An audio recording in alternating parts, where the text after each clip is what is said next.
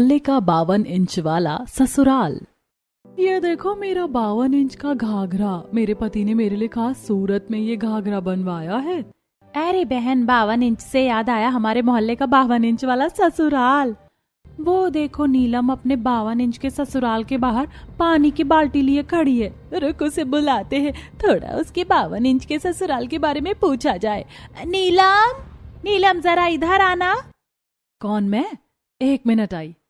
मोहल्ले के बीचों बीच कांति और शांति की बनी 3 मंजिला बड़ी इमारतों के बीच 52 इंच का पतला पर 3 मंजिला ससुराल के दरवाजे पर नीलम पानी की बाल्टी रखकर मोहल्ले की दूसरी बहुओं के पास आती है। हाँ बोलो, क्या हुआ? नीलम, तुम्हारा ये 3 मंजिला पतला ससुराल 52 इंच का है ना? हाँ, मेरा ससुराल बिल्कुल 52 इंच का है, ना 1 इंच ज्यादा ना आधा इंच कम।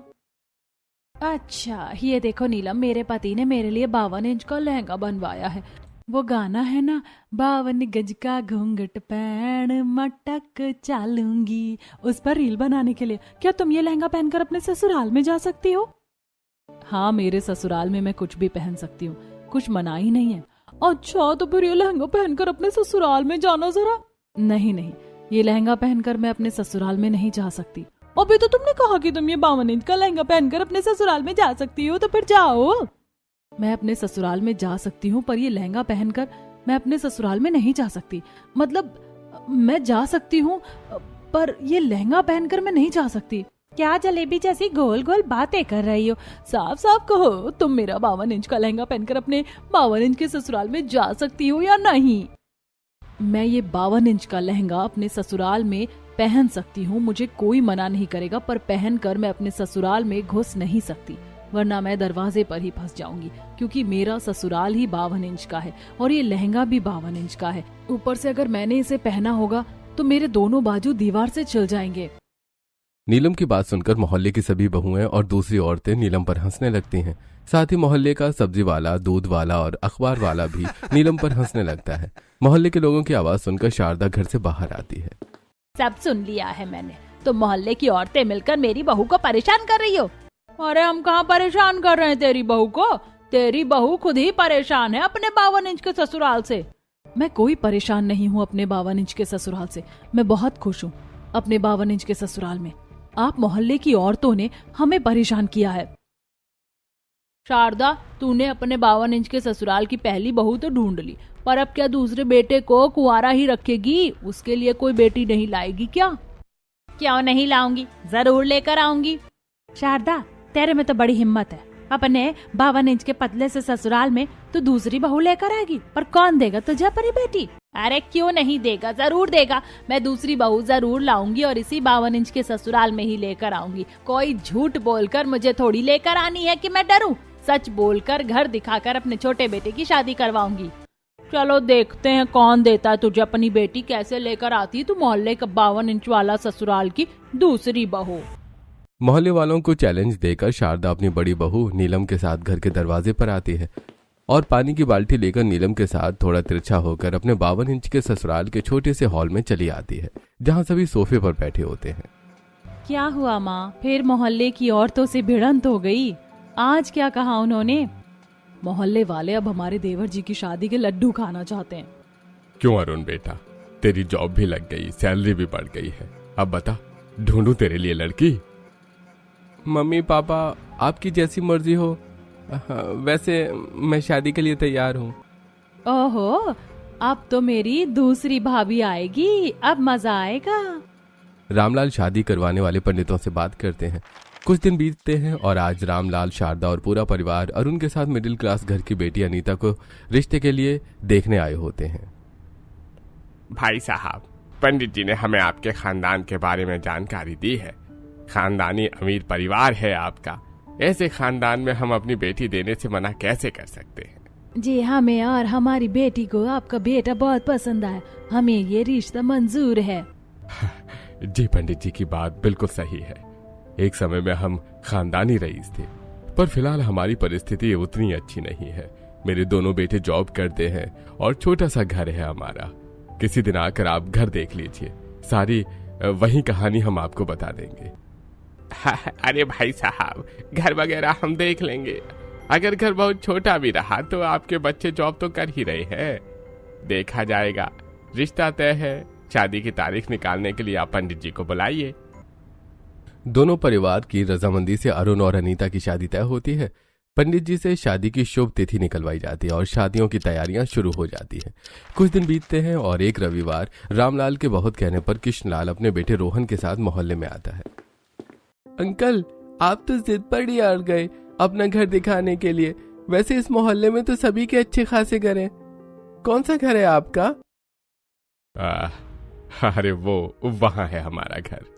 रामलाल अपने 52 इंच के पतले से घर की तरफ इशारा करता है, पर कांति शांति के बड़े घरों के बीच में होने की वजह से कृष्णलाल और रोहन को रामलाल के 52 इंच के घर की जगह कांति शांति का बड़ा घर दिखता है। अरे भाई साहब, आपका घर तो। रोहन को मीनाक्षी का फोन आता है। हाँ माँ, बोलो। अरे तू अपने पापा के साथ जल्दी स्टेशन चला जा, तेरे फूफा जी स्टेशन से वापस लौट रहे हैं। अगर वो शादी में नहीं होंगे तो बड़ी बेइज्जती होगी हमारी। जल्दी उन्हें लेकर आ। क्या हुआ रोहन, इतना परेशान क्यों हो गया? फूफा जी रेलवे स्टेशन से वापस जा रहे हैं। ये फूफा जी के गाल पर बार बार कोई मच्छर काट लेता है क्या, जो हर बार अपना मुंह फुला लेते हैं? अरे मुझे तो लगता है तेरे फूफा जी के मुंह में एक गुब्बारा है। तेज हवा चलने की वजह से गुब्बारे में हवा भर जाती है और तेरे फूफा जी का मुंह फूल जाता है। अब चल जल्दी, उन्हें जाने से रोकना पड़ेगा। अरे भाई साहब, आपने घर तो देखा ही नहीं। अरे जी, हमने अपनी बेटी का ससुराल देख लिया, वो अपने ससुराल में बहुत खुश रहेगी। अब हमें आज्ञा दीजिए। कृष्णलाल गलतफहमी के शिकार और रामलाल कृष्णलाल जी को अपना 52 इंच का घर दिखाकर संतुष्ट हो जाते हैं। समय बीतता है, शादी की तारीख आ जाती है। धूमधाम से अरुण और अनीता की शादी होती है। शाम के वक्त पूरे मोहल्ले के बीच अरुण अनीता के साथ गाड़ी से उतरता है। अरुण, मेरा ससुराल? अरे वो दरवाजे वाली जो दरार दिख रही है ना? हाँ, ये पतली सी गली ना। पर इस गली में दरवाजा क्यों लगा हुआ है? क्योंकि यही तुम्हारा 52 इंच का ससुराल है। बहू, ये कोई पतली सी गली नहीं है, ये तेरा 52 इंच का ससुराल है। क्या? 52 इंच का ससुराल? इतने बड़े मोहल्ले में जहाँ सभी के इतने अच्छे अच्छे बड़े घर हैं, वहाँ मेरा 52 इंच का ससुराल है? ऐसा कैसे हो सकता है? अनीता, यही है तुम्हारा ससुराल। आओ अंदर चलो। शारदा चौखट पर कलश रख आरती की थाली लेकर खड़ी हो जाती है और शारदा के पीछे पूरा परिवार लाइन लगाकर खड़ा हो जाता है। दरवाजे पर अनीता और अरुण एक साथ खड़े होने की कोशिश कर रहे होते हैं, पर खड़े नहीं हो पा रहे होते हैं। अरे अरुण, थोड़ा उधर चलो, मैं खड़ी नहीं हो पा रही हूँ। कलश कैसे गिराऊंगी? अरे छोटे, तुझे थोड़ी कलश गिराना है, अपनी पत्नी के पीछे खड़ा हो जा। बहू, दाहिने पैर से कलश गिराकर गृह प्रवेश करो। अनीता दाहिने पैर से कलश गिराकर गृह प्रवेश करती है, लेकिन ब्राइडल लहंगे और साथ में अरुण के अंदर आने की वजह से 52 इंच के ससुराल के दरवाजे पर ही फंस जाती है। अरे मैंने दोनों कंधे दीवार में खुरच रहे, मैं कैसे अंदर आऊं? अरे अरुण, मदद कर अपनी पत्नी की। मैं क्या करूं, ये तो आगे ही नहीं बढ़ रही हैं। देवरानी जी, दाहिना कंधा थोड़ा पीछे करके आइए, थोड़ा तिरछा होकर। भाभी, ऐसे तिरछा हो जाइए जैसे पतली गली से गुजरते हैं वैसे। किसी तरह अरुण और अनीता थोड़ा तिरछा होकर हॉल में आते हैं, जहां अनीता की सांस फूलने लगती है। हे भगवान, मेरी तो सांस ही फूल गई। आप लोगों ने इतना पतला घर क्यों बनाया है? और क्या सच में मेरा ससुराल सिर्फ 52 इंच का है? हाँ बहू, शादी के दौरान तुम्हारे पिता और भाई खुद तुम्हारा 52 इंच का ससुराल देख कर गए थे। तुम्हें बताया नहीं क्या? उनसे तो मैं कल बात करती हूँ। ऐसे कैसे मेरी शादी 52 इंच के ससुराल में कर सकते? इतने छोटे से ससुराल में तो मेरा दम ही घुट जाएगा। देवरानी जी, अब आपकी शादी हो गई है। अपने ससुराल के बारे में उल्टा सीधा कहने से अच्छा है अपने पति के साथ अपने कमरे में जाइए। कमरे में तो मैं चली जाऊं, पर मेरा कमरा कहाँ है? और इस 52 इंच के ससुराल में आप सभी कैसे रहते हैं? हमारा घर 52 इंच का जरूर है, पर हमने 3 मंजिलें बनाई हैं।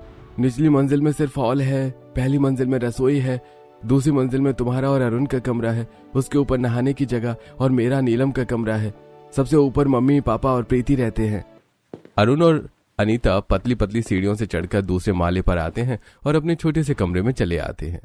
ये कमरा है, इससे ज्यादा बड़े में तो गाय और भैंस रहा करती हैं। यहाँ से चलना शुरू करूंगी और तीसरे कदम में कमरा खत्म हो जाएगा। अनीता, जब से तुम मोहल्ले में आई हो सिर्फ अपने 52 इंच के ससुराल की बेइज्जती किए जा रही हो। तुम अकेली तो नहीं हो, इस 52 इंच के ससुराल में रह रही हो। भाभी भी तो यहीं रहती हैं, माँ भी तो इसी घर में रहती हैं, और हम सब भी इसी 52 इंच के घर में रह रहे हैं। सोने के लिए कमरा काफी है। इस कमरे में मैंने बेड भी बनवाया है, इसलिए तुम आराम से सो सकती हो। और वो रही अलमारी, उसमें तुम अपने कपड़े रख लो। अरुण अनीता के साथ मिलकर अलमारी में अनीता के कपड़े सजाता है, फिर दोनों सो जाते हैं। रात बीतती है। अगले दिन अनीता तैयार होकर दीवार पकड़ते हुए पतली पतली सीढ़ियों से नीचे उतरकर हॉल में आती है। बहू, आज तो तेरी पहली रसोई है। आज अपनी पहली रसोई में क्या बनाने वाली है? जी, आप लोगों का जो खाने का मन हो बता दीजिए, मैं वही बना दूंगी। मुझे माँ ने हर तरह का खाना बनाना सिखाया है। भाभी, मुझे तो दही बड़े खाने का मन है, अगर बनाने आते हो तो बना दीजिए। और मुझे कचौड़ी खानी है। बहू, मैं और तेरी सास तो रोटी दाल वाले हैं। मुझे तो मूंग दाल का हलवा खाना है। ठीक है दीदी, आप मुझे रसोई दिखा दीजिए, मैं अपनी पहली रसोई में सबकी पसंद का खाना बनाऊंगी। अनीता खुशी खुशी नीलम के साथ पहली मंजिल पर रसोई में आती है। रसोई काफी छोटी होती है, लेकिन सारा सामान जगह का सही इस्तेमाल करके व्यवस्थित तरीके से रखा होता है। देवरानी जी, ये रही रसोई। सारा सामान ऊपर की अलमारियों में है और बर्तन नीचे की अलमारी में रखे हैं। हे भगवान, ये रसोई भी इतनी छोटी सी है। यहाँ तो खाना बनाने से पहले मेरा दम घुटने लगा। खाना बनाऊंगी तो क्या होगा, वो भी मुझे इतना सारा खाना बनाना है। अनीता अपनी पहली रसोई में बर्तन निकालती है और गैस चूल्हा जलाकर खाना बनाना शुरू करती है। किसी तरह थोड़ी देर में अनीता अपनी पहली रसोई तैयार करती है और हॉल में जमीन पर पूरे परिवार को खाना परोसती है। देवरानी जी, वाह क्या कचौरी बनाई है। ऐसी कचौड़ी तो मैं भी नहीं बना पाती, मुझे भी सिखाइएगा ऐसी कचौड़ी बनाना। हाँ दीदी जरूर, पर अपने 52 इंच के ससुराल की रसोई में खाना बनाने में तो मेरी हालत खराब हो गई। आप कैसे यहाँ सबका खाना बना लेती हैं? बहू, तुमने पहली बार खाना बनाया है, इसलिए तुम्हें थोड़ा अजीब लगा होगा। कुछ दिन बीतने दो, तुम्हें सारी चीजें नॉर्मल लगने लगेंगी। भाभी, आइए आपकी पहली रसोई की कुछ फोटो क्लिक करते हैं, मैं उन्हें अपने सोशल मीडिया प्लेटफॉर्म पर डालूंगी। आप भी तो होंगी सोशल मीडिया पर, जल्दी अपनी आईडी बताइए। प्रीति और नीलम अनीता को अपने में घुलने मिलने में पूरी मदद करती हैं। अनीता भी अपनी नंद और जेठानी के साथ घुलने मिलने की कोशिश करती है। शाम होती है। अनीता अपने कमरे में अपने माता पिता कृष्ण से वीडियो कॉल पर बात कर रही होती है। मैं मानती हूँ आप काम में बताना भूल गए होंगे। वो रोहन कहाँ है? वो भी तो आया था मेरा 52 इंच का ससुराल देखने। उसने मुझे क्यों नहीं बताया कि मेरा ससुराल सिर्फ 52 इंच का है? अरे कम से कम मुझे पहले से पता होता कि मैं 52 इंच के ससुराल में जा रही हूँ। यहाँ आकर अचानक पड़ोसियों से पता चलता है। उन्होंने कहा था कि उनकी परिस्थिति ठीक नहीं है, पर ऐसी परिस्थिति है ऐसा मैंने अंदाजा नहीं लगाया था। मैंने तो सोचा था कि रही सही तंगी होगी, लेकिन घर हमारे जितना तो होगा ही। फिलहाल तेरी शादी में आए मेहमान भी यही हैं, उन्हें जाने दे, फिर हम तेरे ससुराल आते हैं। अरे बेटी, एक बात याद रखना, अब तेरी शादी हो गई है, तेरा भाग्य अब उनके साथ जुड़ गया है, बाकी तू खुद समझदार है। अनीता मीनाक्षी की बात समझती है। ऐसे ही रात बीतती है। अगले दिन सुबह सुबह अनीता नीलम के कमरे में आती है। अनीता, तुम मेरे कमरे में, कुछ पूछना है क्या? हाँ दीदी, कल तो आपने मुझे नहाने के लिए पानी दे दिया था, पर आज मैंने ध्यान दिया बाथरूम में तो नल ही नहीं है और ना ही हमारे ससुराल में कहीं नल है, फिर पानी कहाँ से आता है? अनीता, मोहल्ले में एक सरकारी नल है, पानी हम वहीं से लाते हैं। तुम जाओ बाहर से बाल्टी में पानी ले आओ। अनीता 2 बाल्टियां लेकर मोहल्ले के सरकारी नल पर आती है और पानी भरने लगती है। तभी मोहल्ले की बहुएं भी वहां आ जाती हैं। क्या हुआ अनीता, अभी तक नहाई नहीं तुम?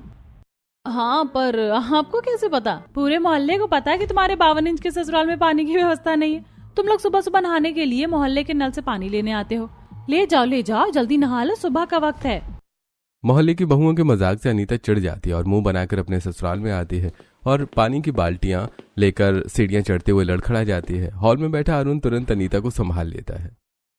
अनीता, तुम इतनी गुस्से में सीढ़ियां चढ़ोगी, वो भी 2 बाल्टियां लेकर, तो गिरोगी ही। वो बाहर मोहल्ले की बहुएं मुझे ताने मार रही थी कि मेरे ससुराल में नहाने के लिए पानी तक नहीं है। कहने दो उन्हें, तुम बाथरूम में जाओ, मैं बाल्टियां लेकर आता हूँ। पहले ये बताओ, क्यों नहीं है मेरे ससुराल में पानी की व्यवस्था? कम जगह में हमने 3 मंजिल बनाई है। अगर हम अपने घर में पाइपलाइन लगवाते तो ड्रिल की वजह से दीवारें कमजोर हो जाती और ऐसा करना थोड़ा खतरनाक होता है। इसलिए तुम्हारे 52 इंच के ससुराल में पानी की व्यवस्था नहीं है और अब से तुम्हारे लिए रोज सुबह पानी मैं लेकर आया करूंगा। रोज सुबह मेरा पति मेरे लिए पानी भी लेकर आएगा। भगवान, मेरा ससुराल 52 इंच का क्यों ना हो, पर मेरा पति मुझसे बहुत प्यार करता है। अरुण का प्यार देखकर अनीता अपना सारा गुस्सा भूल जाती है और अपने छोटे से बाथरूम में आकर अरुण के लिए पानी से नहाती, पर खड़े होते हुए अनीता की पीठ दीवार से छिल जाती है। आई माँ, अरे मनहूस दीवार, मुझे मेरी ही पीठ खुरचनी थी, बेवकूफ। ऐसे कुछ दिन बीतते हैं। एक दिन अनीता रसोई में आती है। शुरू में तो मुझे ये रसोई पिंजरे की तरह लगती थी, पर अब ठीक लगने लगी है। वैसे बहुत दिनों से तेल मसाले का खाना बना रही हूँ। आज दाल भात और भुजिया बना लेती हूँ। दाल में थोड़ा घी का तड़का भी डाल दूंगी। अनीता गैस चूल्हे पर चावल और दाल चढ़ाती है और आलू काटने लगती है। थोड़ी देर में चावल बन जाते हैं। अनीता सब्जी बनाने लगती है। ससुराल मेरा दिखने में सिर्फ 52 इंच का है, पर यहाँ व्यवस्था सारी है। रसोई में ना घी की कमी है, ना ही महंगे ड्राई फ्रूट्स की। अनीता कड़छुल में घी लेकर गैस चूल्हे पर चढ़ाती है और उसमें मिर्च और लहसुन की कुछ कलियां डाल देती है। पूरी रसोई धुएं से भर जाती है और अनीता को जोरों से खांसी आने लगती है। तभी नीलम रसोई में आती है। अरे माँ, मेरी आंखें जल रही है, मेरा गला जल रहा है, क्या करूँ, कुछ समझ नहीं आ रहा। अरे देवरानी जी, जल्दी खिड़की के बाहर मुंह कीजिए। आप भी क्या करती हैं? दीदी, मैंने पहले भी दाल में तड़का लगाने के लिए तेल में लहसुन और मिर्च डालकर तड़का तैयार किया है, पर ऐसी खांसी मुझे कभी नहीं आई। देवरानी जी, आप जब भी तड़का तैयार करें तो तेल या घी गर्म करने के बाद बर्तन को इस खिड़की के बाहर करके उसमें लहसुन मिर्च या जो भी डालना हो डालिएगा, वरना हमारी छोटी सी रसोई तुरंत धुएं से भर जाएगी और खांस खांस कर आपके फेफड़े फूल जाएंगे। अच्छा दीदी, मुझे तो लगा था कि मैं अपनी 52 इंच की ससुराल की रसोई में एडजस्ट हो गई हूँ, पर लगता है मुझे अभी कुछ दिन और लगेंगे। अनीता अपनी जेठानी के बताए तरीके से दाल में तड़का लगाती है। ऐसे कुछ दिन बीतते हैं। एक दोपहर अनीता जमीन की तरफ देख झाड़ू मारते हुए सामने दीवार में जा लड़ती है। अरे रे रे बहू, संभल कर, ध्यान कहाँ है तुम्हारा? बहू, हमारा हॉल 52 इंच से कम ही है, तुम जरा संभल कर काम किया करो। आखिर क्यों मेरा ससुराल 52 इंच का है? कभी सीढ़ियों से गिरती हूँ तो कभी दीवार में कंधे पीठ रगड़ जाते हैं, तो कभी दीवार से सिर टकरा जाता है। मुझे जानना है, आखिर आप लोगों ने 52 इंच की जमीन में मेरा ससुराल क्यों बनाया? बहू, तुम्हारे दादा ससुर जी ने इस मोहल्ले में 52 इंच की जमीन पर एक छोटी सी कुटिया बनाई थी। मेरी गृह प्रवेश की शहनाई, मेरे तीनों बच्चों की जन्म की किलकारियां गूंजी थी उसी कुटिया में रहकर। पैसे जोड़ जोड़ कर किसी तरह तुम्हारे ससुर अरुण और नीरज ने ये 52 इंच का ससुराल बनवाया। इसीलिए हम इसी 52 इंच के ससुराल में रहते हैं और जिंदगी भर इसी में रहेंगे। मुझे माफ कर दीजिए, मुझे नहीं पता था कि इस 52 इंच के ससुराल से आप लोगों की इतनी सारी यादें जुड़ी हैं। ऐसे कुछ दिन बीतते हैं। एक शाम अरुण अनीता के लिए साड़ी और मैचिंग ज्वेलरी लेकर आता है। ये तुम मेरे लिए लेकर आए हो, पर ये साड़ी तो बहुत महंगी लग रही है और ये गहने तो सोने के हैं। अरे, मैं जो पैसे कमा रहा हूँ वो क्या सिर्फ अपने लिए कमा रहा हूँ? नहीं ना। अब मेरे कमाए पैसों से अगर मेरी बीवी नहीं सजेगी संवरेगी तो मेरे पैसे कमाने का क्या फायदा? अरुण, तुम सच में मुझसे इतना प्यार करते हो या मैं इस 52 इंच के ससुराल में तुमसे झगड़ा ना करूं इसलिए दिखावे के लिए ये सब करते हो? अरे, तुमने मुझे पकड़ लिया। मैंने तो दिखावे में ये महंगी साड़ी और महंगे गहने लेकर आए थे। अब चलो, तुम भी इन्हें पहनकर मुझे दिखाओ। हो अरुण, मेरी बातों का जवाब तुम्हें कैसे देना है बड़ी बखूबी आता है। सीधे तरीके से जवाब नहीं दे सकते क्या? तो सीधे तरीके से जवाब दूं? फिर एक ही जवाब है, पर मेरे जवाब के बाद तुम्हें भी जवाब देना पड़ेगा। I love you Anita. मुझे भी तुम बहुत पसंद हो अरुण, आई लव यू। हमारी शादी अरेंज मैरिज जरूर हुई है, पर हमारे बीच प्यार लव मैरिज से कम नहीं होना चाहिए। अरे, कम तो नहीं होगा, ज्यादा ही हो सकता है, चलेगा ना? अरुण की बात सुनकर अनीता हंस पड़ती है और अरुण के गले लग जाती है। कुछ दिन बीतते हैं। एक दिन मोहल्ले में कृष्णलाल, मीनाक्षी और रोहन आते हैं। अनीता के मायके वालों को देखकर मोहल्ले की औरतें अनीता के 52 इंच वाले ससुराल के दरवाजे पर भीड़ लगा लेती है और अनीता के मायके वाले ससुराल के अंदर आते हैं। दीदी, तुम एक पतली गली जैसे ससुराल में रहती हो, यहाँ तो मैं सीना तान कर चल भी नहीं सकता। समधी जी, समधन जी, आपने कभी बताया नहीं कि आपका घर 52 इंच का है। पूरे मोहल्ले में एक अलग ही घर चमक रहा है आपका। भाई साहब, आप और रोहन बेटा खुद ही तो हमारा घर देखने आए थे और आपने कहा भी था कि आपकी बेटी हमारे घर में खुश रहेगी। 2 बड़े घरों के बीच में एक पतली गली किसे दिखती है? इन्हें लगा कि उन 2 बड़े घरों में से कोई एक घर आपका होगा और मोहल्ले में आपके दोनों पड़ोसियों के घर भी काफी अच्छे हैं। कृष्णलाल, मीनाक्षी और रोहन की बातें सुनकर पूरे ससुराल का सिर झुक जाता है। ये देखकर अनीता आगे आती है। अरे रोहन, कितना लंबा चौड़ा हो गया है तू, जो मेरे ससुराल के दरवाजे में फंसने की एक्टिंग कर रहा है। रोज आना जाना करते हैं हम सब उस दरवाजे से, समझा? और मम्मी पापा, आप लोग यहाँ क्यों आए हैं? मेरा ससुराल देखकर मेरे ससुराल की बेइज्जती करने, मेरे ससुराल का अपमान करने। अरे बेटी, तूने भी तो हमसे शिकायत की थी, इसलिए हम आए हैं। ठीक है, मैंने शिकायत की थी, आप लोग आए, मेरे ससुराल को बुरा भला कह दिया। अब बताइए, अब क्या मेरे लिए क्या करेंगे आप? बेटी, अब हम क्या कर सकते हैं, यही तो तेरा भाग्य है। तुझे जैसा ससुराल मिला है तुझे उसी में अपना जीवन बिताना पड़ेगा। धन्यवाद, आप लोगों ने माँ बाप होने के नाते मेरी शादी बड़े अच्छे घर में कर दी, शहनाइयाँ बजवा ली, अपने बोझ से आजाद हो गए। अब अपने घर जाइए, मेरे ससुराल में बुराइयां निकालने की जरूरत नहीं है। राम राम। बहू, हमारे लिए अपने मम्मी पापा की बेइज्जती मत कर। अगर कोई मेरे 52 इंच के ससुराल के बारे में कुछ उल्टा कहेगा तो मैं सुनूंगी थोड़े। फिर वो मेरे मायके वाले हों या मेरे 52 इंच के ससुराल के बाहर खड़े कान लगाकर सुन रही मोहल्ले की औरतें हों, सबके कान के बाल जला दूंगी मैं। अगर किसी को मुझसे मिलना है तो मेरे ससुराल आए, मुंह में शक्कर रखकर बात करे, तब मैं किसी को पहचानूंगी। बेटी हमें माफ कर दे। हमें गर्व है कि हमने अपनी बेटी को ऐसे संस्कार दिए हैं कि शादी होने के बाद अपने ससुराल को ही अपना सब कुछ मान रही है। समदन जी हम चलते हैं, फिर कभी मुंह में शक्कर रख कर आएंगे, तब अपनी बेटी से अच्छे से मिलेंगे। अच्छा राम राम।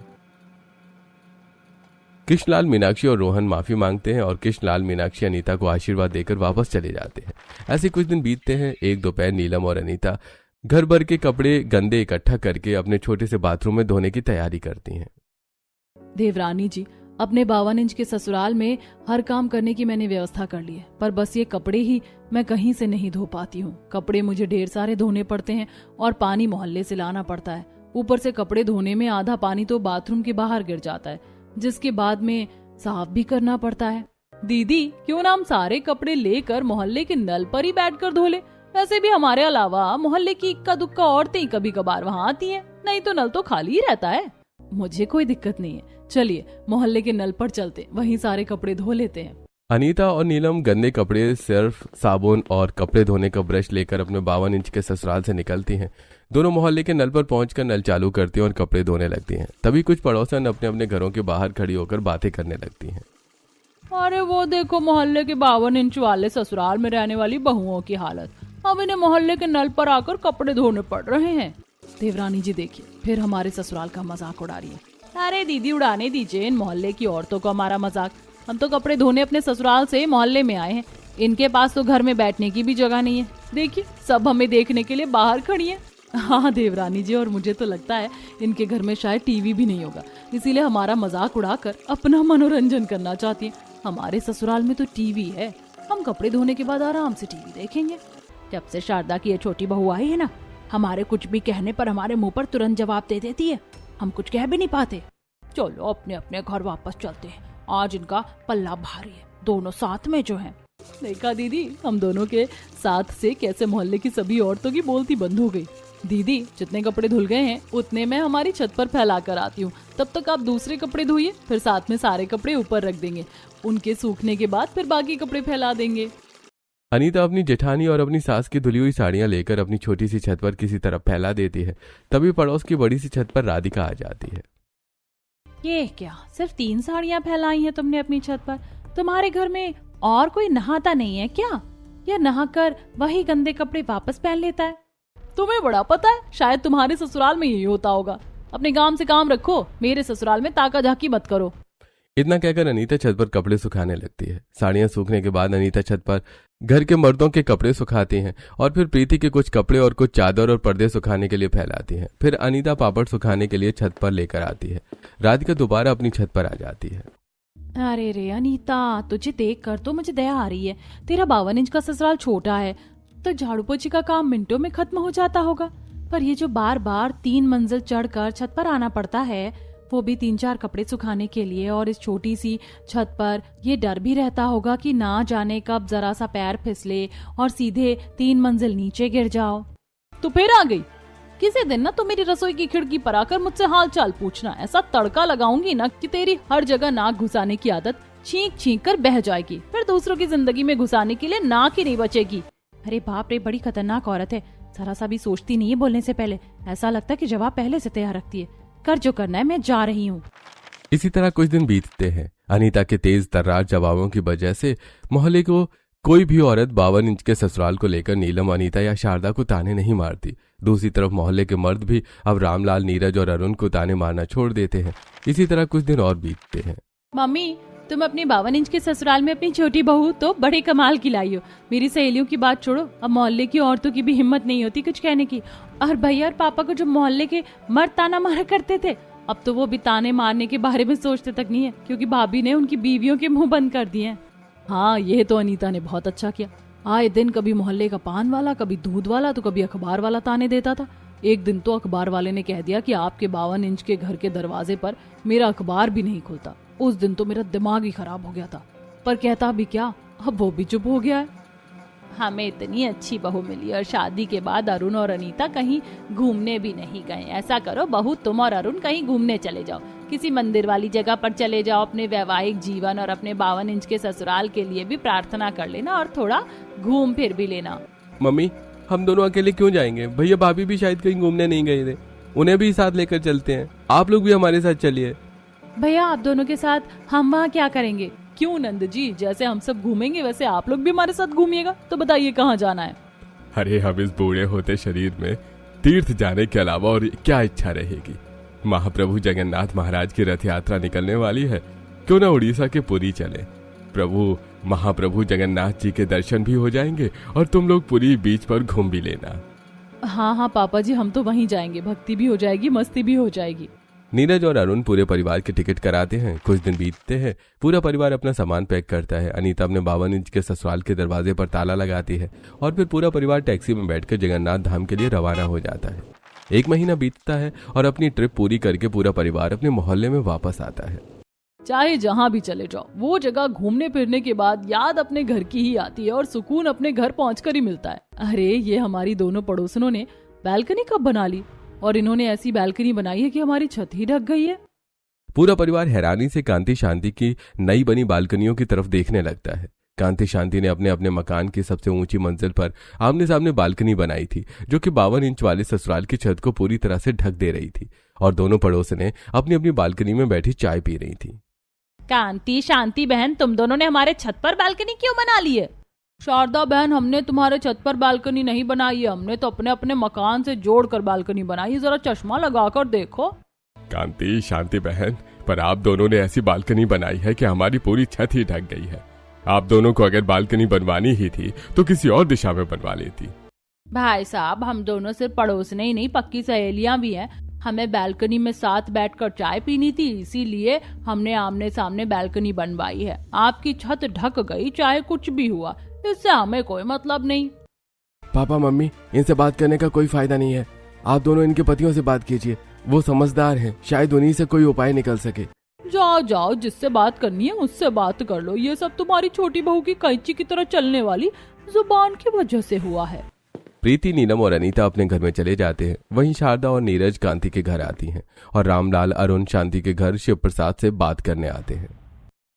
अरे भाई साहब, हम कुछ नहीं कर सकते, अब तो बालकनी बन गई है, पहले बता दे तो कुछ सोच लेते। भाई मेरी पत्नी ने बड़े शौक से ये बालकनी बनवाई है, हम अपनी बालकनी तो नहीं तोड़ सकते। अरे भाई साहब, हमारी भी परेशानी समझिए। वैसे ही हमारी बहुओं को घर के कपड़े, पापड़ और अचार सुखाने में कितनी दिक्कत होती है। अब छत न होने की वजह से उन्हें और परेशानी होगी। ऊपर से आपके बालकनी से कचरा भी हमारी छत पर गिरेगा। अरे वो हमारी परेशानी नहीं है, आप जाइए यहाँ से, हम कुछ नहीं कर सकते। ऐसे ही उल्टा जवाब शारदा को भी मिलता है। सभी अपने घर लौटकर नीलम, अनीता और प्रीति को सारी बात बताते हैं। कुछ दिन बीतते हैं। आए दिन शांति और कांति अपनी बालकनी से बहुओं की छत पर कचरा फेंक देती है और बहुओं को धुले हुए कपड़े अपने घर की खिड़कियों और घर के दरवाजों पर सुखाने पड़ते हैं। क्यों अनीता बहन, बड़ी कैंची की तरह जुबान चला रही थी ना, जरा अब अपने दोनों पड़ोसनों को भी जवाब देकर दिखाओ।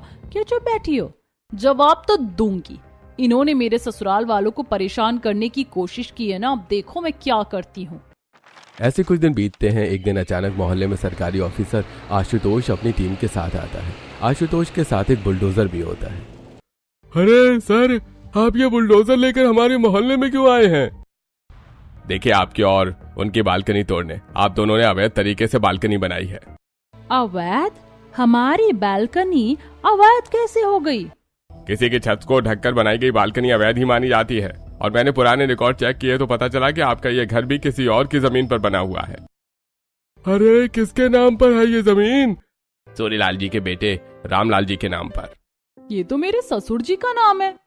जरा अपना आधार कार्ड और दूसरे दस्तावेज लेकर आइएगा। रामलाल अपने पिता का डेथ सर्टिफिकेट, आधार कार्ड और दूसरे दस्तावेज लेकर आता है। आशुतोष पुराने रिकॉर्ड से रामलाल, कांति और शांति की जमीन से कागजात मिलाता है।